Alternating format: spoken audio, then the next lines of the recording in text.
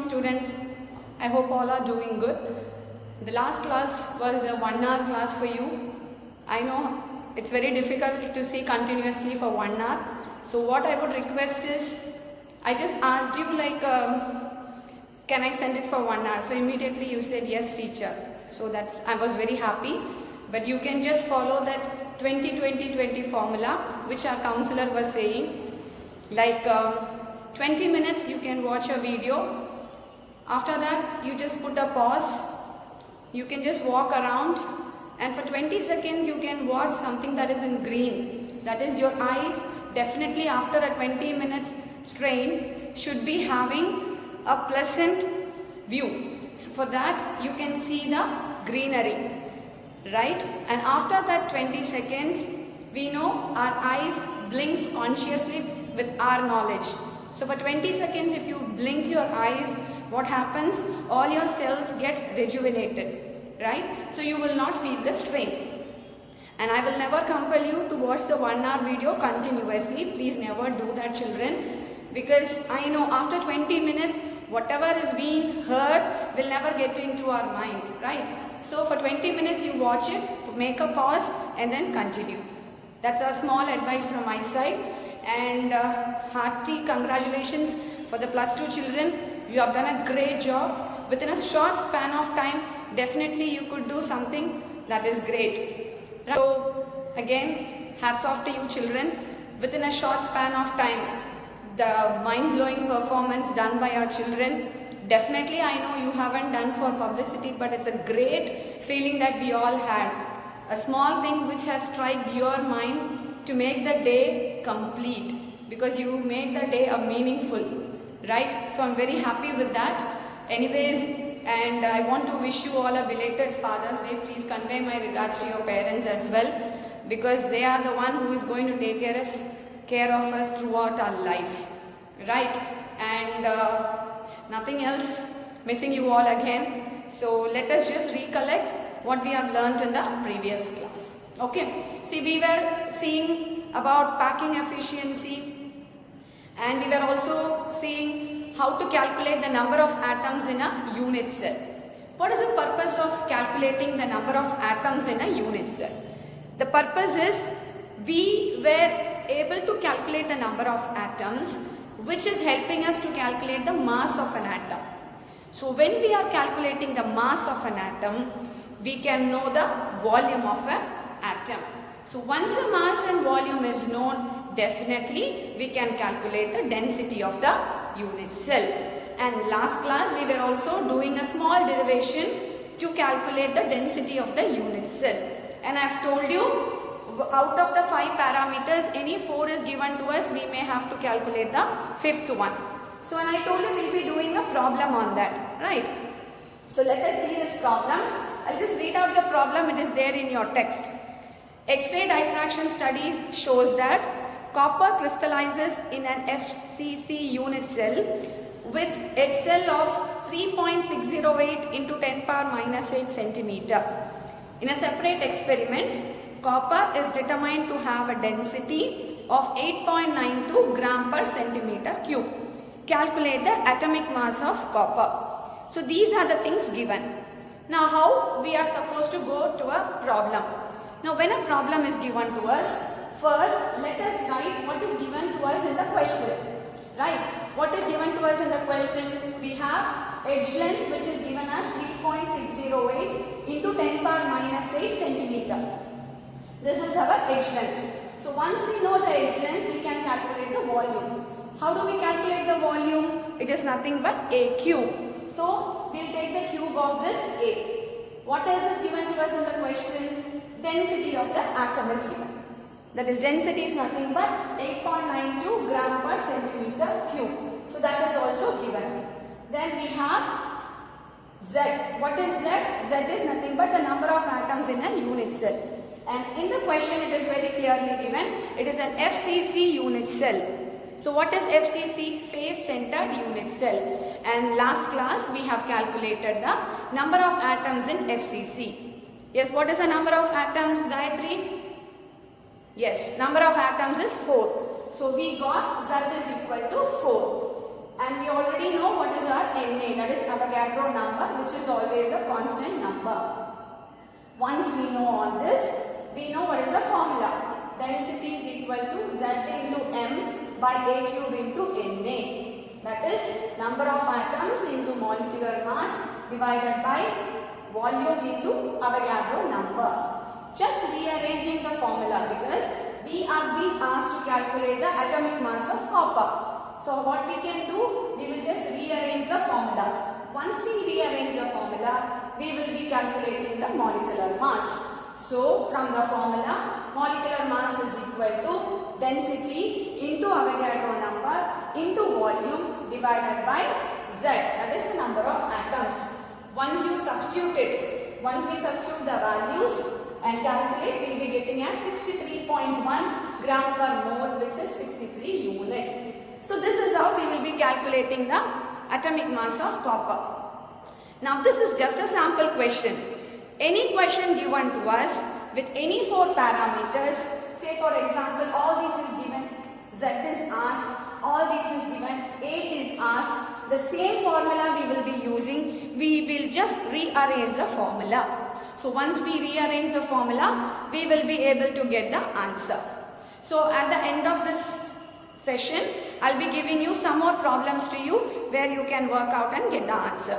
And if you find anything difficult, please let me know. Okay? So I hope everybody followed this, children. Right? Aditya, any confusion in this? You just have to write the same question. You have the question in your textbook. Just try to write the question with the answer in your chemistry note. Okay? So once we calculated the density, what are we going to see? I told you a very interesting topic in this lesson. What are those? Yes, we are going to see about defects in the crystal. We call it as imperfection. So we'll see. Now this is my unit cell. Each sphere is going to be my small unit cell, which is arranged like this. Right? Now what is going to happen here? This is my smallest portion. What is going to happen here? This is an ideal arrangement. We know a unit cell which is arranged in a regular pattern will be giving us an ideal arrangement. That is, will lead to an entire lattice. Now any deviation, a small deviation in the arrangement of the crystal, the arrangement of the unit cell in a crystal lattice will cause imperfection. What does it cause, children? It will cause imperfection. Something is perfect. Now you all come in proper uniform, you are perfect. Now sometimes what happens? Ashik, don't cut your hair. Jitin especially cut in a different style. Right? Girls, when you put nail polish, all these are defects. Right? Imperfection. So we call this as defects in solid, or we call it as imperfection in solids. Now what happened? These defects are of basically 2 types. First one will be point defect and the second one is line defect. What is a point defect? Point defects are those where the deviation happens around a particular lattice point. What does it mean, children? I know this is my unit cell, right?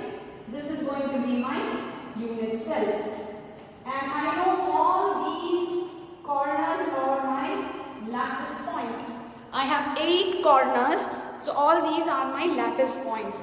These lattice points around that particular atom, I know lattice points are constituted of what, Miduna? Yes. Shweta?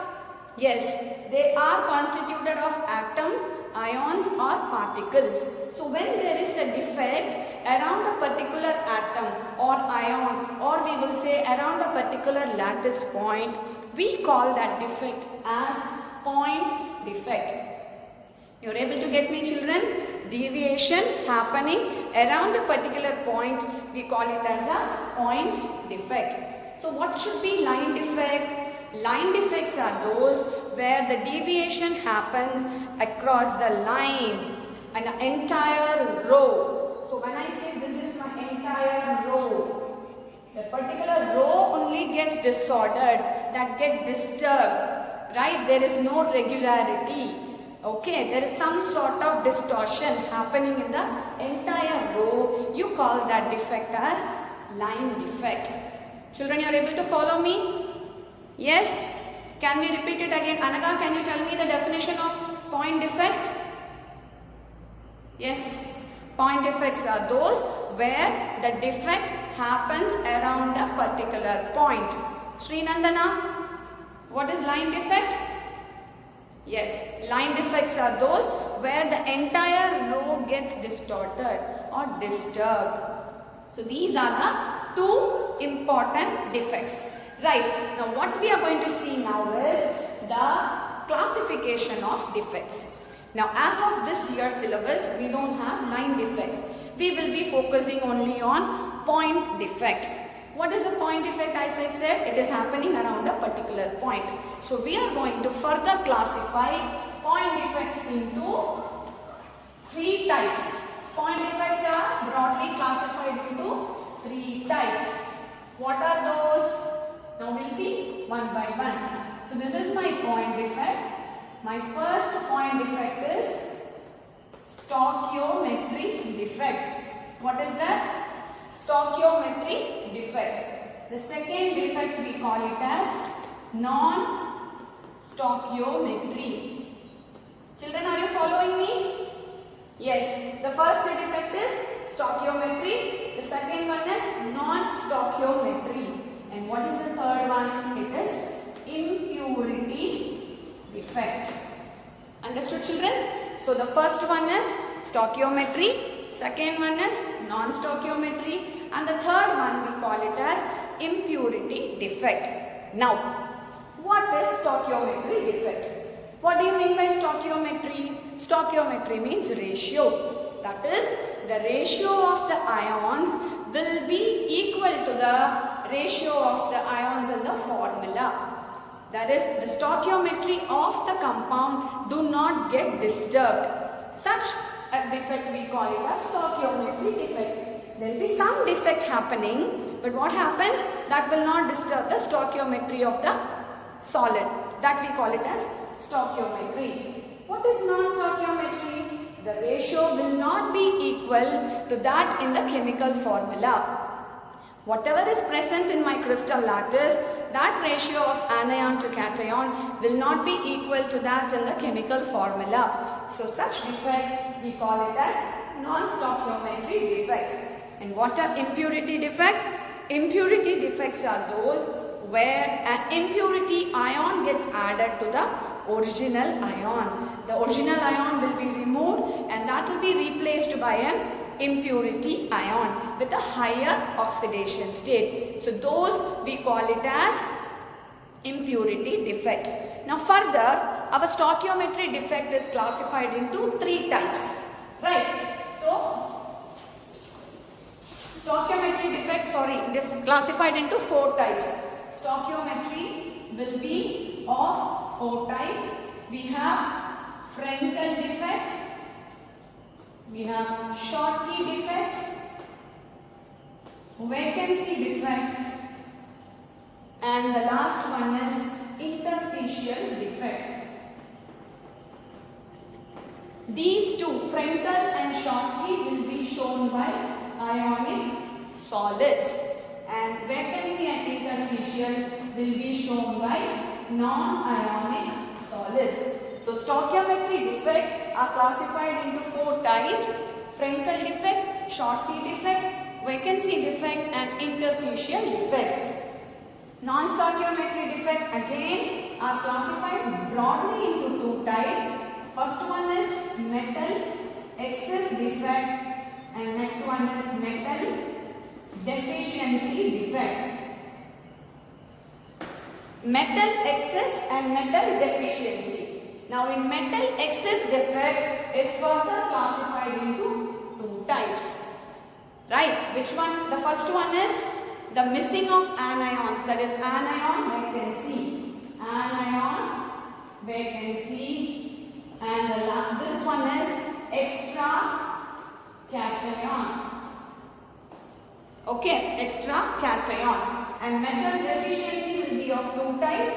First one is cation vacancy, and this is extra anion, which we'll be seeing in detail now. Okay, you will be seeing a small video which will be giving you the definition of each defect, and once you see that, we will be learning the same defects in the green board again, right? So I would request you to watch the video very carefully, because it's just a 2-3 minutes video. Try to understand what are the defects in each type.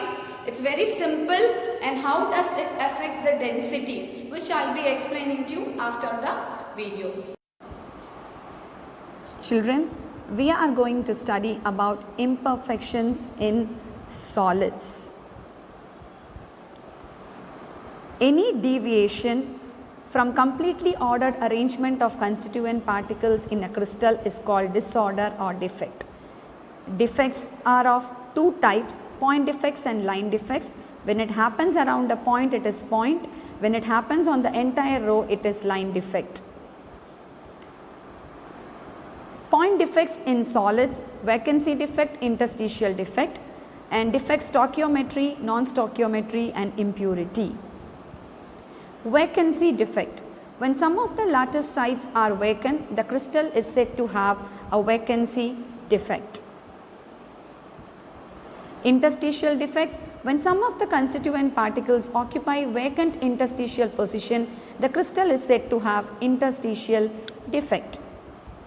Point defects are stoichiometry, where we have Schottky and Frenkel defect, where the ratio is always maintained.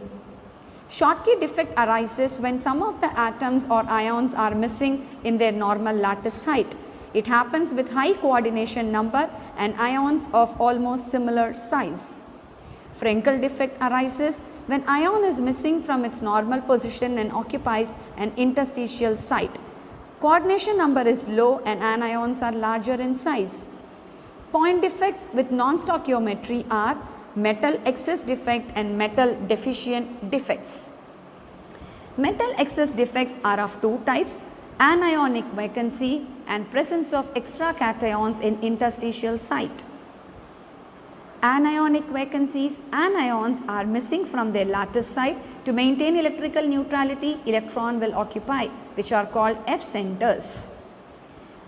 Extra cation: when it occupies the interstitial site, the electrons also occupies the interstitial site to maintain electrical neutrality.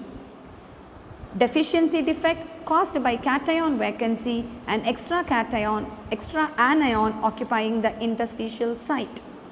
Cation vacancy: positive ions with a higher oxidation state will be there, which is occupying the lattice point. Extra anion may occupy the interstitial site, so the neighboring cation will possess a higher oxidation state. Impurity defects are caused by ionic crystals due to the presence of impurity ions in the lattice site. I hope you have seen the video regarding the defects in the crystal. So I'll be just explaining, just going through one by one, so that you can understand much more easily. Okay. As we told, stoichiometric defects are of four types. These are shown by ionic solids, that is Schottky and Frenkel, and this is shown by non-ionic solids, vacancy and interstitial. So first we'll study about vacancy and interstitial. Vacancy defects, as you have seen in the video, these are the defects where some of the places remains vacant, that is ions are missing from the lattice and those missing places are vacant. Vacant means empty. So naturally when they are missing, what should happen? The original density of the crystal will be less. And why this is happening? Because when you are heating the solid, whenever you heat it, definitely there will be something happening inside, right? And then the ions get missed from the lattice point and then you get a vacancy created. Now what are interstitial defects? Interstitial, what do you mean by interstitial? Now between any two or any four ions, there will be a small gap. The spaces between the ions, we call it as interstices. Interstices means spaces or the gaps which are present between the ions in the crystal lattice. So what happens here, interstitial defects are those where you can see more ions, that is some of the ions can be occupying the interstitial site. Apart from those which are in the crystal lattice, there are some more ions which are occupying the interstitial site. So those, when it comes, what happens, the density should naturally increases from the original density, since because some more ions occupied the interstitial site, the density will go up. Now, what are Schottky defects? These are shown by ionic solids. In Schottky defect, there will be equal number of cations and anions missing from the lattice. When there are 3 cations missing, to maintain the electrical neutrality, 3 anions will also come out. If only 2 are coming out, cations, there will be 2 anions which will be coming out. So what happens? Here 2 anions are missing, so 2 cations come out of the crystal. So those places will be vacant. So when from the crystal lattice, when the ion starts coming out, the density will go down. You are able to follow, children? Yes. Now in stoichiometry, the last one is Frenkel defect. In Frenkel defect, one of the ion, if it is missed from the, it comes out from the lattice point, there is a vacancy created. Right? There is a vacancy created and that cation or anion will occupy the interstitial site. It is not going out of the lattice, but instead from its position it will get into the interstitial site. So what happens? There will be no change in the density. Density will remain same because there is no missing or no adding. Only there is a dislocation. What is dislocation? An ion from its location has moved into a different location. So you call it as a dislocation. And this Frenkel defect is a combination of vacancy and interstitial, because when an ion is missing from the lattice, a vacancy is created. When it is moving into its interstitial site, interstitial defect has come. So it's a combination of vacancy defect and interstitial defect, and also the other name we call it as dislocation defect. You are able to follow, children? Now we will be seeing in detail about non-stoichiometric defect. So now, children, we will be studying about non-stoichiometric defect. In that, first we have metal excess defect, which is caused by anion vacancy and also by extra cation. What do you mean by anion vacancy? Now in a crystal I have plus, minus. Now these two positions of anion are vacant. They have moved from the lattice. Now but still I want to maintain the electrical neutrality. So how I can adjust it to maintain that electrical neutrality? There will be 2 electrons which will be occupying the vacant places. Electrons being negatively charged take the position of the anion. So those centers which are taken by the electron, we call it as F centers. Now F centers impart color to the crystal. So you will be having questions with lithium chloride, potassium chloride, why they are yellow in color, why they are violet in color. For all those questions, this is only the answer. The F centers which are created by the electron for the anion vacancy in a metal excess defect make it color, and also it causes conductivity in the crystal. Then next we will see about extra cation. That is a metal excess defect which is caused by extra cation that is occupying the interstitial site. Again I have a crystal here. I have an extra cation, you can see here, plus, which is occupying the interstitial site.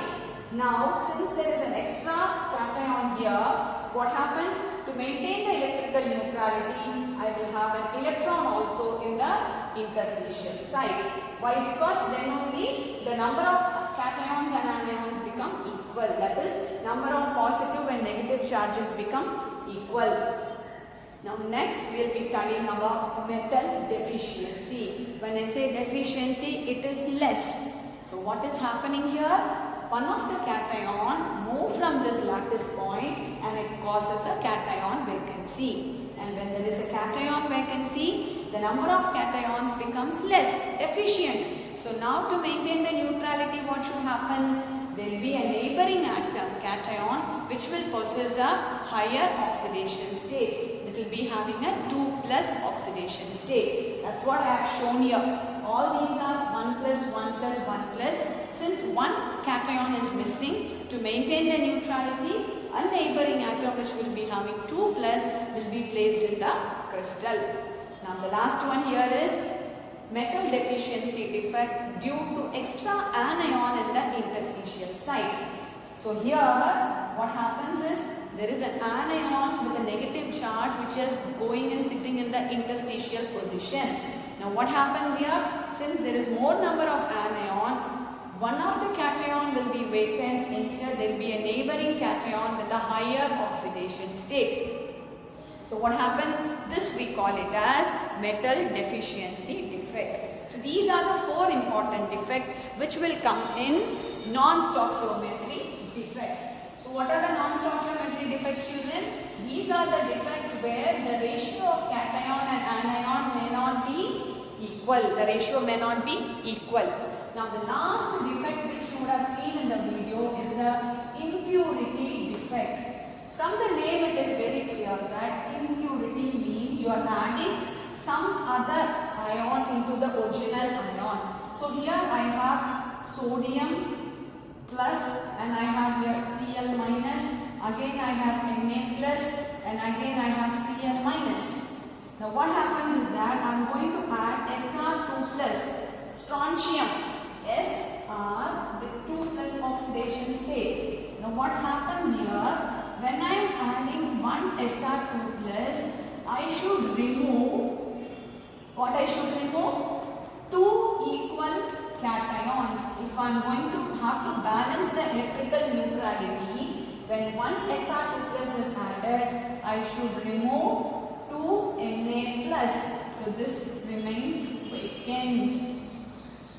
This is an impurity which is added. So 1 Sr2 plus is equal to 2 Na plus. So such a defect we call it as an impurity defect. Now impurity defect also can happen when the substance becomes heated. Right? So these are the external factors that are responsible for the imperfections in the solid. So children, we have learned about stoichiometry defect, non-stoichiometry defect and impurity defect. Now we'll be seeing the last topic, as I told you, the electrical and magnetic properties, right? So children, we were seeing about the different types of defects in a crystal. We were also seeing about stoichiometry, non-stoichiometry and impurity defect, right? So this was helping us to find out whether the density of the crystal will be going higher or at a lower scale. Right, and we also saw what are the reasons behind these defects which are caused in the crystal. Now we are moving into the last topic in this chapter, that is electrical and magnetic properties. See, when I say properties of solids, we know, which we have been hearing from our lower classes, they are classified as conductors, insulators. Right, and of course last year we were also learning about semiconductors. We know conductors are nothing but which will conduct electricity. Insulators do not conduct electricity. But what happens, what is the reason that they are conducting electricity is what we are going to see in today's class. Electrical properties, they are broadly classified into 3 types. We have conductors, insulators and semiconductors. Conductors, solids having a magnitude of range of conductivity from 10 power 4 to 10 power 7 ohm inverse and meter inverse. See, when we are studying about conductors, definitely in physics you would have studied about resistance, resistivity and conductivity. Am I right, children? Yes, Suvenya, what do you mean by resistance? Yes, resistance means it is to avoid the flow of current or prevent, to stop the flow of current. So the unit for resistance is ohm. So definitely for conductance it should be ohm inverse. Any solid which is having a conductivity range of 10 power 4 to 10 power 7, we call them as conductors. Clear? So some of the examples are copper, aluminium, brass, anything that you take, because you know in your household we have copper wires surrounded, right? So those are nothing but good conductors. Silver is the best conductor of electricity, but we don't use it. Why? What could be the reason that we don't use silver? Yes, Shobit. Silver is a bit costly, right? You cannot put costly wires in your household, right? So for that purpose, we'll be using copper wire. All the metals are good conductors of electricity. Now insulators. Insulators are solid which have a conductivity range of 10 power minus 20 to 10 power minus 10. Right, if this is the magnitude range, the conductivity range for a solid, they will be put into the category of insulators. Example, you have wood, plastic, rubber. I can tell you a tester that you use for testing the conductivity, it is normally surrounded or it is covered with an insulator. That's why you can see electricians when they work with a tester, they don't get shock, right? And you should wear a rubber gloves, which we have been hearing. Rubber gloves will not allow the electricity to pass through, because we know human are the good conductors of electricity. That's why when you are walking in the rainy season, especially when there is a thunder and lightning, light again when it falls on human, we are good conductors. So what happens? Immediately we get shock.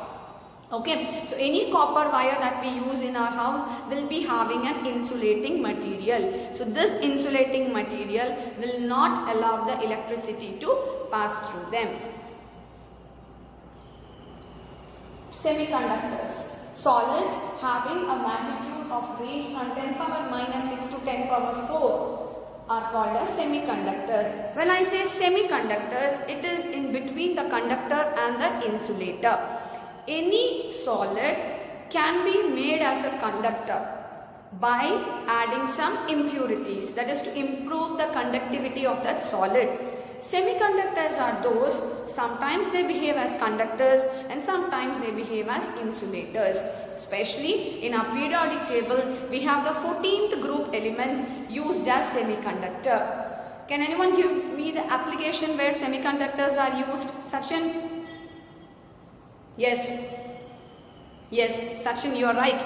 We'll be using silica gel, and also for solar panel we'll be using, right, semiconductors, so that the sun's rays falls on them and it allows us to conduct the electricity. We are getting now solar panel everywhere, that is to avoid the extra consumption of electricity. Okay.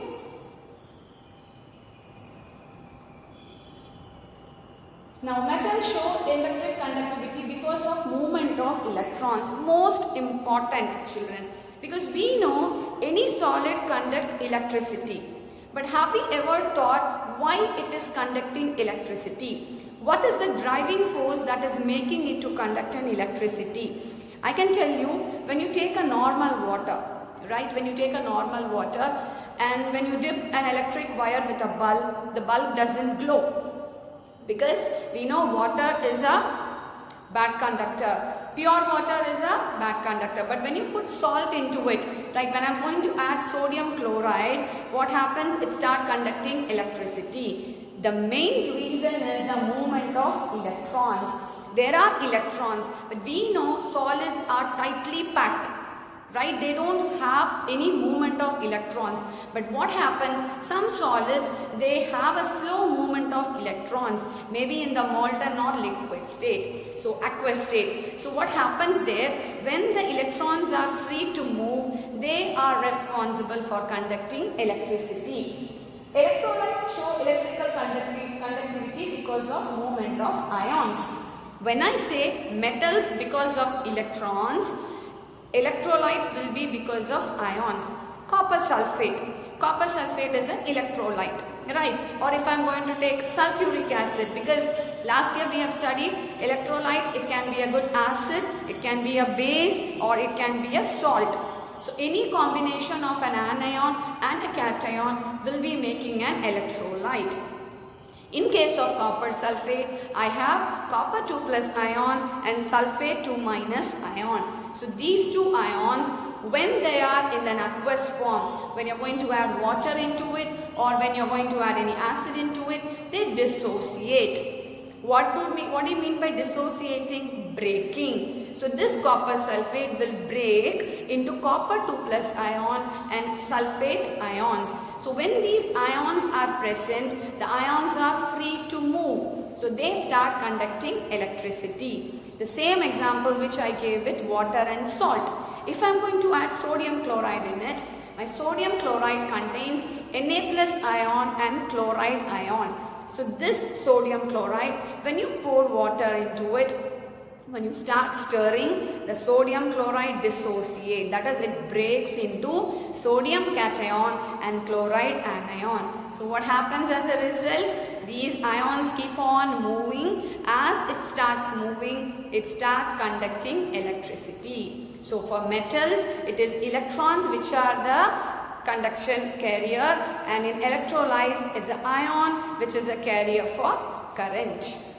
Metals show electrical conductivity on solids and molten state both, while electrolytes show electrical conductivity in molten and aqueous state. What do you mean by aqueous? Aqueous is when I add water into it, liquid into it, right? Molten state, you know, semi-solid, or I can say semi-liquid. It's neither a solid nor a liquid. It becomes little bit thicker.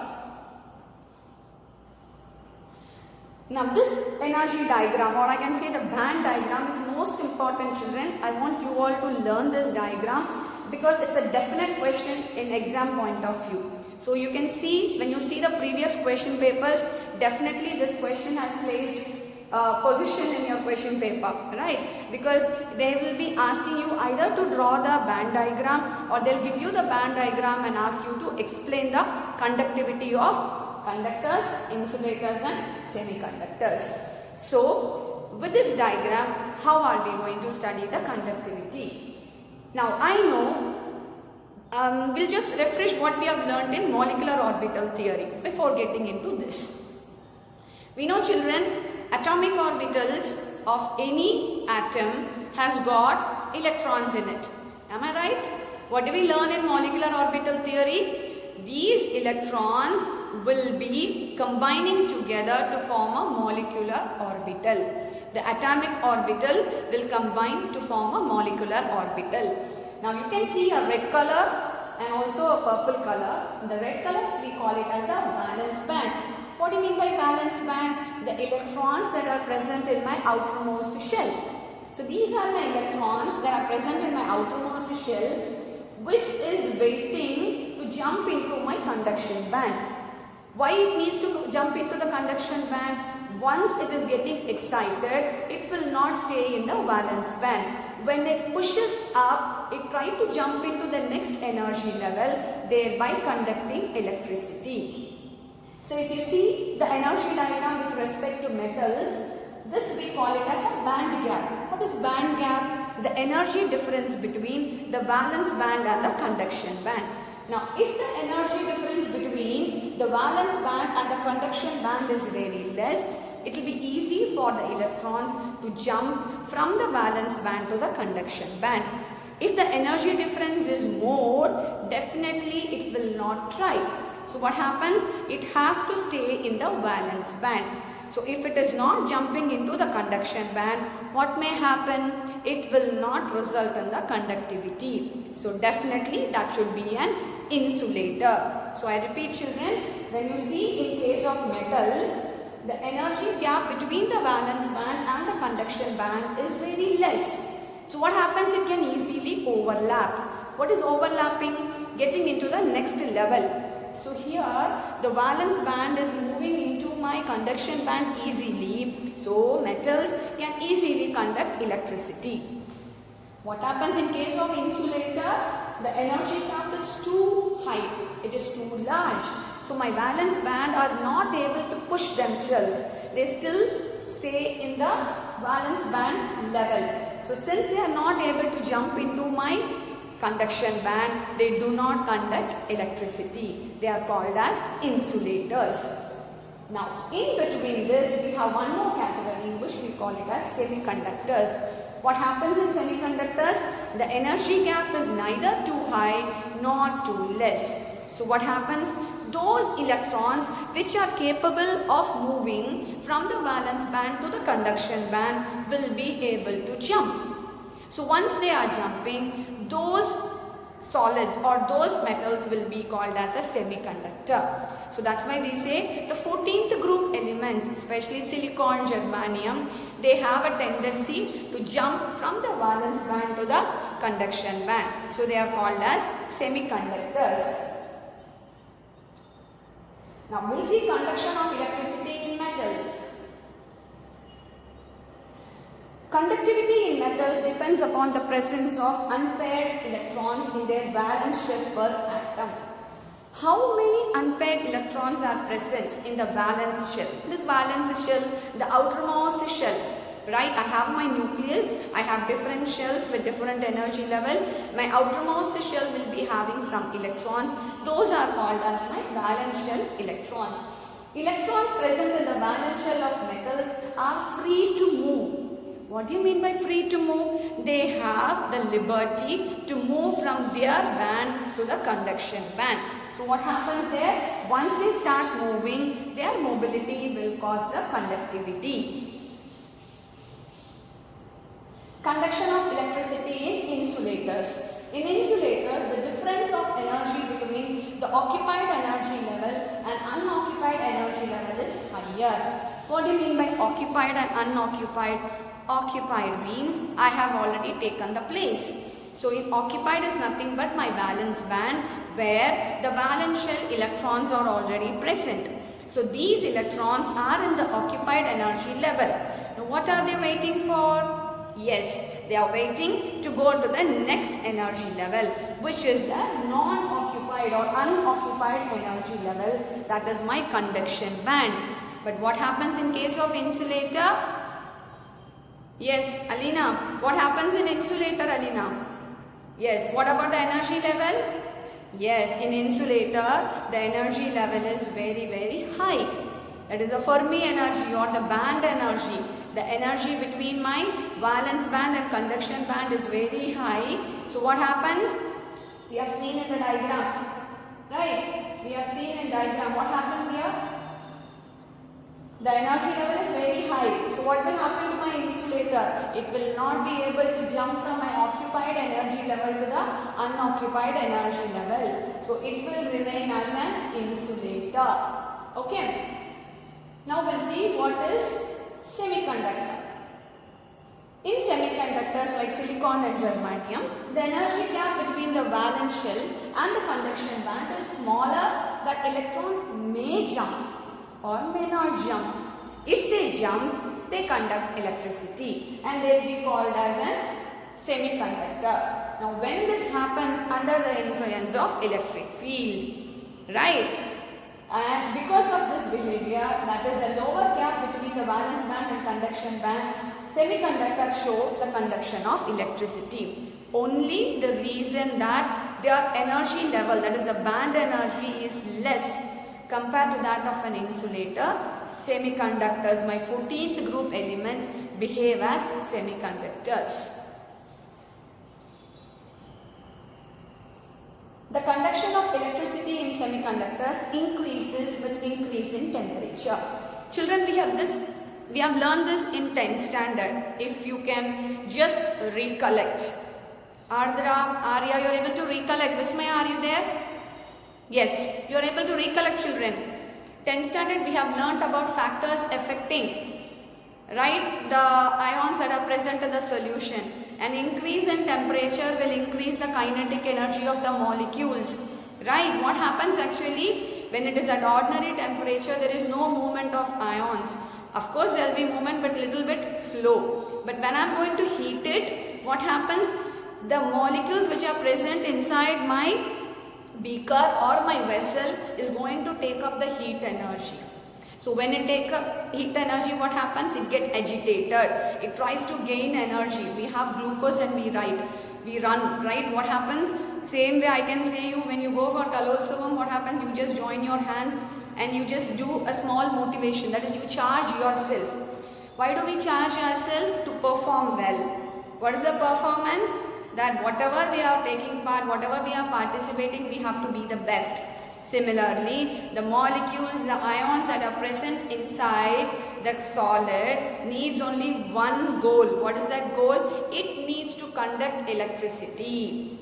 Right? So what is that goal? To conduct electricity, it needs some supporting factors. Now what are the supporting factors? We have temperature. So when temperature increases, when I am going to heat up the substance, the ions or the electrons which are present inside take up the energy and they are very charged up. So when they get extra energy and when the band energy is very less, they try to jump into my conduction band.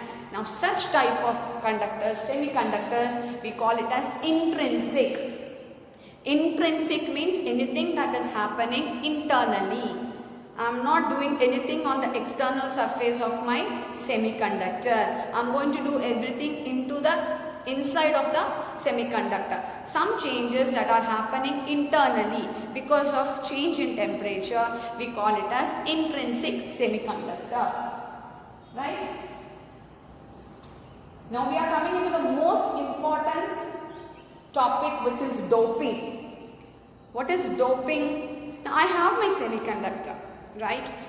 I am not happy the way it is performing. So what I am going to do is, I am going to add some impurities to make its conductivity a little bit higher.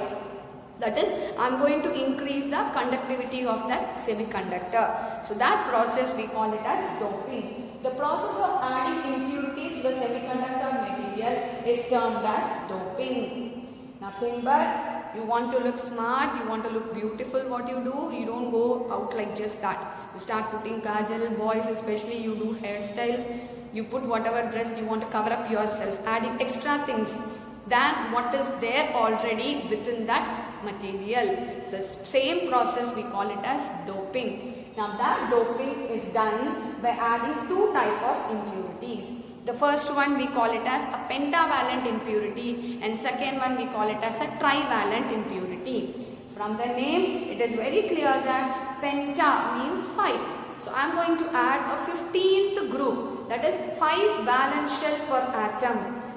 Which group has got 5 valence shell? It is my 15th group. So I am going to add my 15th group atom to my 14th group semiconductor, or trivalent, that is 13th group, which has got 3 valence electron. Either adding 13th group to my 14th group or 15th group to my 14th group. We call that process as doping. First is N-type semiconductor. So depending on which type of impurity is added, the semiconductors are broadly classified into two types. We have N-type and P-type. In N-type semiconductor, the pentavalent impurities are added, which is having 5 valence electrons. So what happens there?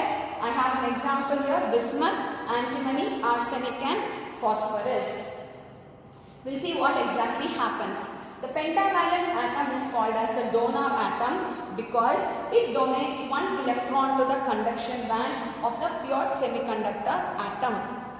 What happens here? We'll be seeing the structure and I'll let you know. This is the structure of a N-type semiconductor. See, this is my 14th group element. You can see blue circles, which is my silicon. Each silicon atom will have 4 valence electrons because it is my 14th group atom. So when it is having 4 valence electrons, and when I am going to add a pentavalent impurity, that is arsenic. Arsenic, when I say pentavalent, how many valence electrons it has? Hafiz? Yes, 5 valence electrons. So when 5 valence electron atom is added, out of the 5 valence electron, 4 valence electrons will be bonded to each silicon. I repeat again, when a pentavalent impurity is added, out of the 5 valence electron of arsenic, 4 electrons will be bonded to each silicon atom, and there will be 1 free electron which is left without any bond. So that free electron will be responsible for the conduction of electricity. You are able to follow, children? In a pentavalent impurity, that is 5 valence electron is added. Out of the 5, 4 gets bonded. 1 free electron which is free to move will be conducting the electricity. Since electrons are negatively charged, we call this type of semiconductor as N-type semiconductor. N refers to negative. Children, we were seeing what is an N-type semiconductor. Now we will see what is a P-type semiconductor. The trivalent impurities are the ones which have 3 valence electrons in the outermost orbit. Example, gallium, indium and aluminium. The trivalent atom is called an acceptor atom because it accepts one atom from the semiconductor atom. So what exactly happens here is, just recollect what we were seeing in N-type semiconductor. In N-type semiconductor we saw the impurity which was added was having 5 valence electron, out of which 4 was bonded to silicon atoms and 1 free electron was available, which was conducting electricity.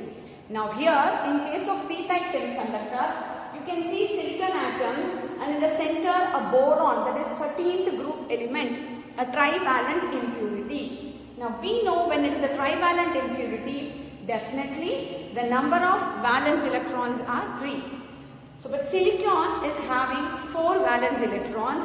So out of the 4 valence electrons of silicon, 3 will be bonded with boron. Right? Because boron has only 3 electrons. So 3 electrons of boron will bond with 3 electrons of silicon. So what happens? There is 1 electron left with silicon and the place where it has to bond with boron, there will be a hole. So there will be a small hole which will be developed in the conductor. That is in the unit cell. So what happens there? That hole will be responsible for conducting electricity. Now if this hole has to be replaced, what happens? One of the electron from the neighboring atom will be taken by this. And what happens? The hole will be shifted to the next atom. So this is how there will be a positive hole developed in the P-type semiconductor. So the difference between N-type and P-type is very simple. In N-type semiconductor, it is just because of an extra electron which is present in the solid. And in a P-type semiconductor, it is just because of the hole that is developed in the solid. Okay. Now this is the difference. This diagram you can clearly understand how a P-type and N-type semiconductor behaves. In a P-type semiconductor, there will be surplus of holes. When I say surplus of holes, there will be more number of holes developed. That is a positive hole. That's why we call it as a P-type semiconductor. Now on the other hand, if you want to see the diagram of an N-type semiconductor, it is very clear that there is an extra electron. Because pentavalent impurities behave as donor atoms. So those donor atoms, after the 5 electrons are given, only 4 electrons will be bonded and the 5th electron will be responsible for the conduction of electricity. Applications of N-type and P-type semiconductors. When I say application, it is nothing but where all it is being used. You have NPN semiconductors and PNP semiconductors. What does it mean? NPN, that is negative, positive, negative. It will be just like a sandwich, right? You have 2 slices of bread and you apply some butter or jam or anything in between. So this one bread will be an N-type. The thing that you spread in the middle will behave as a P-type. Another slice will behave like an N-type. So that sandwich you call it as NPN, the other one will be PNP. So among the 2 negative there will be 1 positive in the middle, or between 2 positive there will be 1 negative in the middle. And now what are transistors? Transistors are those which are used to amplify the signal. Amplifier, it just increases the sound, right? What happens? From the originality you will be getting amplified. The entire intensity will be higher. Transistors are made by the sandwiching of a layer of one type semiconductor between 2 layers of other type semiconductors. It is also used in photodiodes. What is a diode? Diode is a device which allows current to pass through only one direction. When I say one direction, only from one terminal to the other terminal, it allows. So those in that places will be using semiconductors. That is NPN and PNP. So I think you have understood what are the electrical properties of solids, broadly classified into solid, that is conductors, insulators and semiconductors. So when we were focusing on the band diagram, where the valence band and the conduction band energy difference plays a very important role. If the difference is too high, the electrons in the valence band will not be able to jump into the conduction band. And if the energy is very less, definitely there will be a overlapping, and that is in case of conductors, that is metals. We are going to see the magnetic properties of solids. Every substance has a magnetic property in it. What is a magnet? Anything that attracts substances is called as a magnet. Now in our daily life, we would have experienced magnet in so many places, right? Can anybody tell me? Indulekha? Can you just tell me? Angel? Yes, Angel, you are right. It is the fridge, like in fridge, the place where you close, there's a magnet contact place. That's why when you close it, it gets tightened, right? It does not comes out. And you also put some attractive stickers on the refrigerators. That is also because of the magnet that is present inside. Different type of material shows different properties of magnet. Every magnet will not have the same properties. Depending on the attraction that it possesses inside, we have different types of magnets present around us. It originates from the electron present in the atoms. How does it come? We were studying about conductivity is just because of the electrons or the ions that is conducting electricity. That is the movement of electrons. Similarly, in magnetic properties, the movement of electron plays a very important role. Every electron behaves like a small magnet. Okay, now what happens here? These magnetic moments, when I say magnetic moment, there is a small moment that is created, that is a magnetic behavior of the electron around the nucleus. You know, there is sun, there are planets that are revolving around the sun, and we know this is happening in a particular orbit. Now this earth also rotates on its own axis. So that is nothing but just compare that with the electrons and the nucleus. The two types of movement that is causing a magnetic property, it is nothing but the orbital movement around the nucleus of an atom and when the electron spins around its own axis. The magnitude of this magnetic moment is very small and it is measured in the unit called Bohr magneton. What is Bohr magneton? That's a unit which we call it for the magnetic moment. Now this picture will help you to understand how a magnetic moment is created. Now the first diagram you can see there is a magnetic moment, a nucleus present in the center, and you can see how the electron revolve around the nucleus. Now this nucleus which is positively charged, because we know we have protons and neutrons which are present inside. And neutrons, since they are neutral in charge and protons being positively charged, my nucleus is going to be Shifana. What is the charge of the nucleus? Yes, you are right, Shifana. Nucleus is positively charged. So my nucleus, which is positively charged, will be surrounded by electrons. That is a cloud of electrons which are negatively charged. So these electrons, when they are spinning around the nucleus, that causes a magnetic moment. Now what is the next movement? The electron which is rotating also has its own axis. So electron which is negatively charged moving around the nucleus causes one magnetic moment, and the same electron which is revolving around its own axis. It has its own axis, so that causes another magnetic moment. So how many magnetic moments are there, Alina? Yes, we have two magnetic moments. The first moment is because of the electron which is revolving around the nucleus, and the second moment is because of the electron which is spinning on its own axis. So depending on this, we are going to classify magnetic substances into 5 types. What are those? Paramagnetic materials, diamagnetic, ferromagnetic, ferrimagnetic and antiferromagnetic. So these are the 5 types of magnetic substances which we are going to study.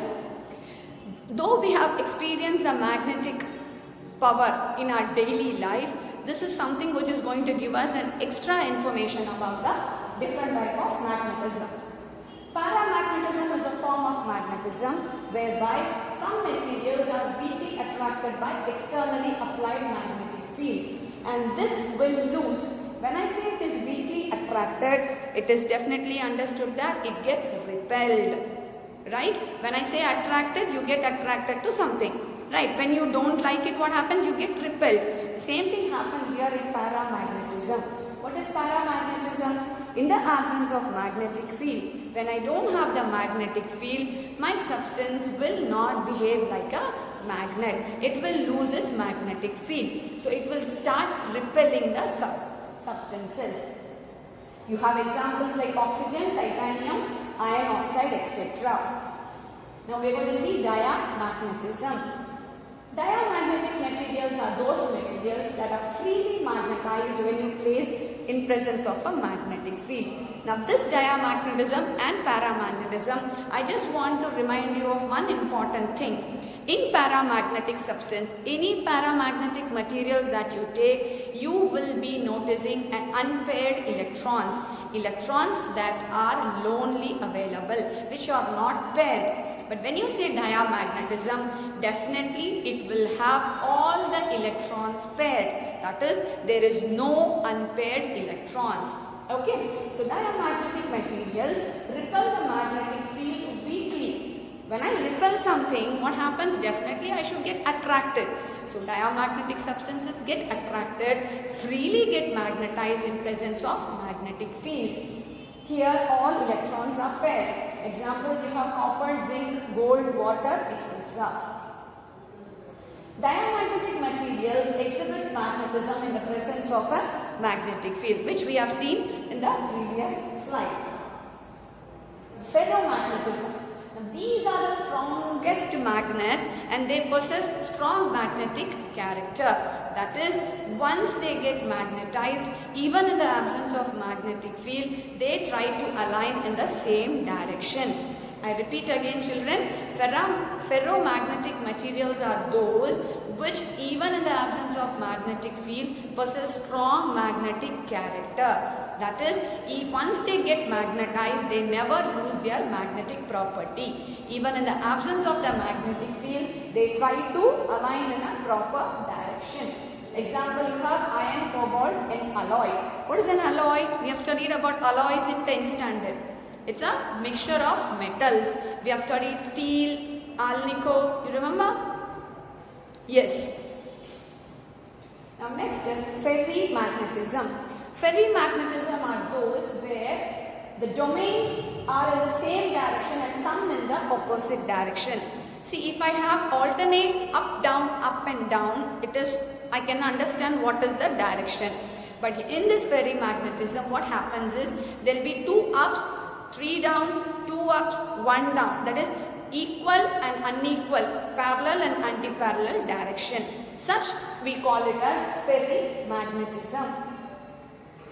Antiferromagnetism is just like ferri, but what is the difference is that if there is one parallel, there is one down, there is one up, one down. So this takes place alternatively, that is equal. So what is the result? Because of this alignment, they try to cancel each other's magnetic moment.